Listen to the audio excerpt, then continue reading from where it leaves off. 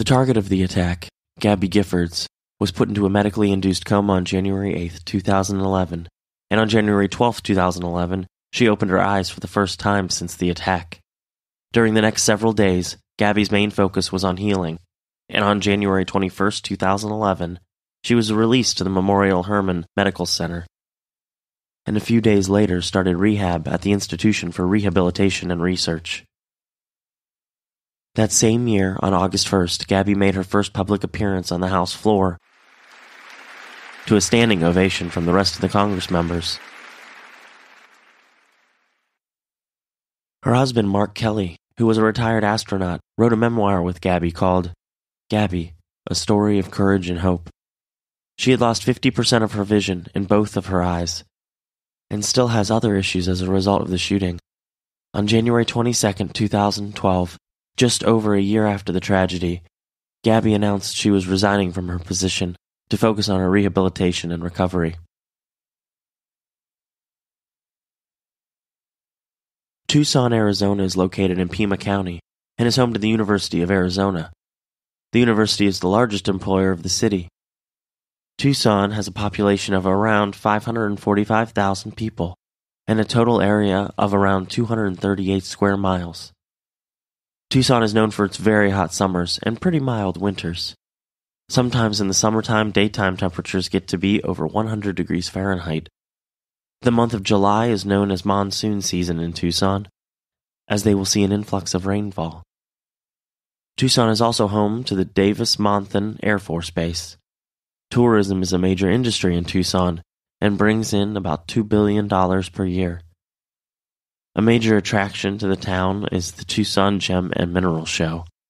The Tucson Gem and Mineral Show actually started in the mid-50s, and it was at an elementary school. Back then, it was only smaller dealers. It wasn't until the 1970s that the show really grew, and it drew kind of an international presence. In Tucson, there's over 48 shows. There's dealers and buyers from all over the world. Tom was born on September 10, 1988, and was the only child born to his parents. It appeared that Tom had a relatively easy childhood. However, past classmates of his said that he lived in a home of abuse and heavy drinking. They said he was just a weird kid, and that many people were uncomfortable around him.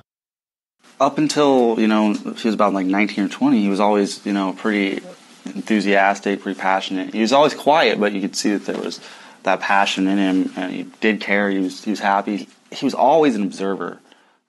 Don't want to classify him as anything, but trench coat kind of kid, Long hair, skater, heavy metal music. Tom's family did very few things as a family. Once in a while, they would go to car races, and one time, they went on a family vacation to the beach. This is somewhat dysfunctional family, and this individual has probably been in trouble for some time.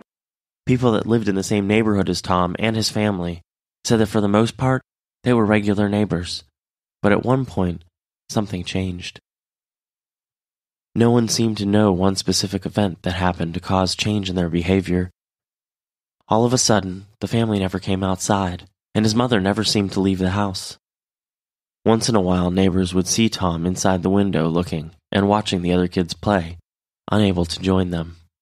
There was times when we would be out with other neighbor kids playing in the street, and Jared wouldn't be allowed out. He'd have to sit and watch us from the door or the window. It just became very isolated. In the summer of 2005, Tom had his very first girlfriend. However, she broke up with him because of his obvious anger issues. Tom took the heartbreak very hard. He had a temper problem. He used to scare me sometimes, and that's kind of the reason I left him, because he kind of made me feel uncomfortable at times. This was when his parents saw his behavior become even more erratic. He began drinking and doing drugs, as well as failing classes and isolating himself from friends. At the end of his junior year, Tom dropped out of the Mountain View High School and started taking classes at Aztec Middle College.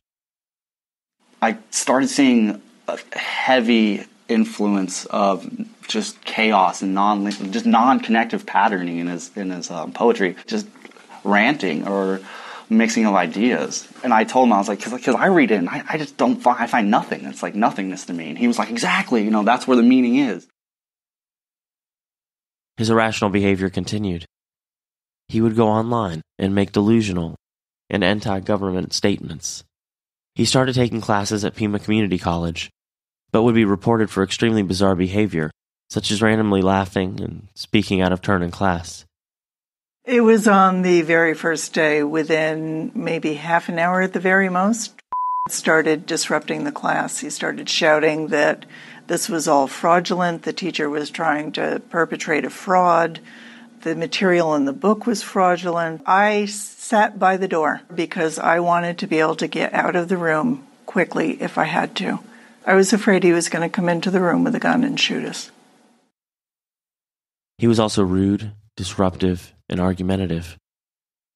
The school administrators were constantly calling his parents to discuss this behavior with them.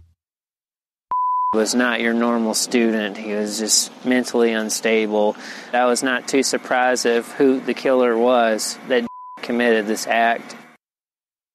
Tom had been arrested 3 different times for different misdemeanors. In May of 2006, Tom was taken to the hospital via ambulance because of alcohol poisoning. He was charged with a misdemeanor of minor in possession of alcohol.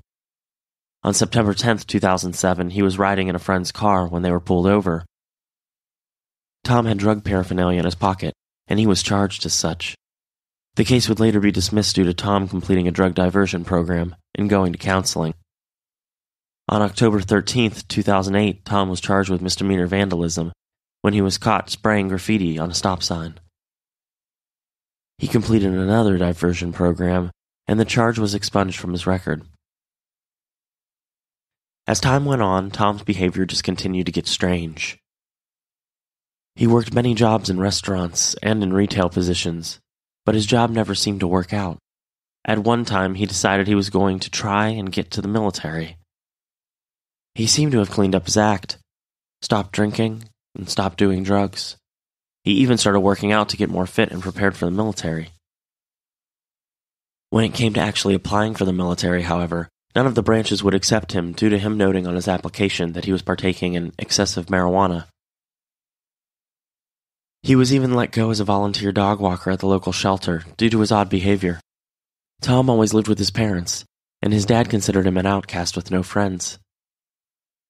On September 7, 2008, Tom bought a Heckler & Koch 12-gauge shotgun from a hunting and fishing store. In the fall of 2010, the Pima Community College had hit its threshold of tolerance when it came to Tom. Tom had posted a video on YouTube that was filmed at the college. In the video, he went on and on about how the small community college was a scam, and according to the United States Constitution, was illegal. The video was disturbing, to say the least. We are looking at students who have been tortured. This is Pima Community College, one of the biggest scams in America. Here's the best part, the bookstore. The bookstore, the bookstore, the bookstore. It is so illegal to sell this book under the Constitution. We are also censored by our freedom of speech. This is genocide in America. The college suspended Tom and said he could only return once he had a mental health clearance from a doctor. On October 4, 2010, Tom and his parents met with college administrators, and they all agreed that he would withdraw from the school. On November 30, 2010, Tom bought a Glock 19 semi-automatic 9mm pistol. He bought the gun at the same hunting and fishing store he had bought the shotgun at. While he was at the store, he wasn't satisfied with the employee that was assisting him, and asked for a younger employee's assistance instead. In addition to the firearm, he also bought a 15-round magazine and a box of ammo. On December 24, 2010, he purchased a 6-inch bladed knife and holster. The voices in Tom's head became louder, and he started a new fascination with dreams. His parents had a good feeling that something was wrong with their son, but they couldn't convince him to get any mental health help. They would take away the keys to his vehicle at night so he couldn't drive without their permission, and lock a rifle and Tom's shotgun in the trunk of the family vehicle. His mom and dad were not aware of the other firearm that he possessed. More and more people started feeling uncomfortable around Tom, and his use of marijuana, cocaine, psilocybin mushrooms, and hallucinogenic salvia. Salvia is a herbal plant that is native to Mexico, and it's a member of the sage family. The plant is a naturally occurring hallucinogen. Tom continued to talk about his disdain for the government and how the government was out to get him. But all the people around Tom just thought it was simply Tom being Tom, and never reported his behavior to the authorities. No one who knew Tom ever saw this one final attack on the government coming. Tom was charged in federal court for attempted assassination of a member of Congress, murder of a federal employee, and attempting to murder a federal employee. A federal grand jury indicted him on 49 charges. He was initially found incompetent to stand trial. He refused to accept the fact that Gabby Giffords had survived and wasn't killed in the attack.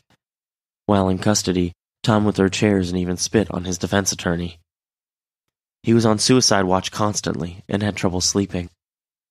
One time he was awake for 50 hours straight, and he had paced himself for so long that his legs had swollen. He was kept isolated from other inmates, and was only allowed out of his cell for 1 hour a day to exercise and shower.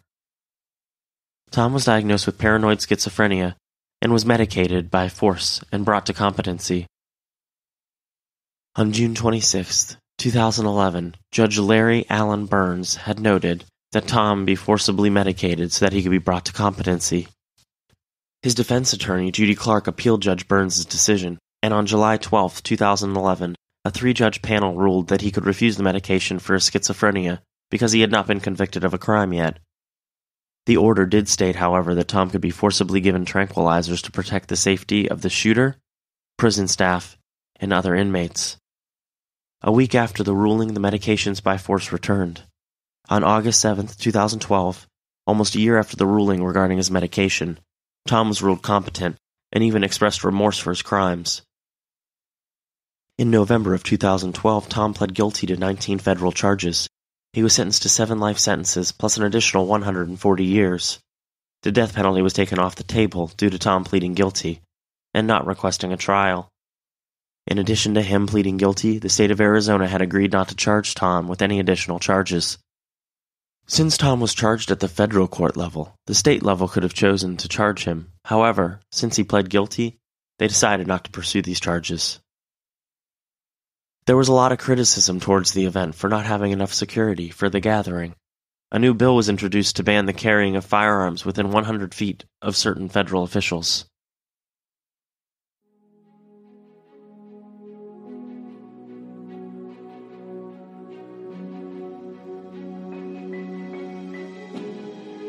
Thank you for listening to today's episode of Active Shooter, the podcast. Remember, if you see something, say something. There's no telling how many lives you may be saving. Active shooter, reports of an active shooter, mass casualty incidents. Make sure to check us out on social media. We have a discussion group on Facebook. Just search for Active Shooter, the podcast discussion group. You can also find us on Instagram at Active the Podcast and Twitter at Podcast Active. For just $1 a month, you can get access to ad-free episodes, early release episodes when available, and a shout-out on the show. Just go to patreon.com/Active the Podcast. Thank you, and be safe.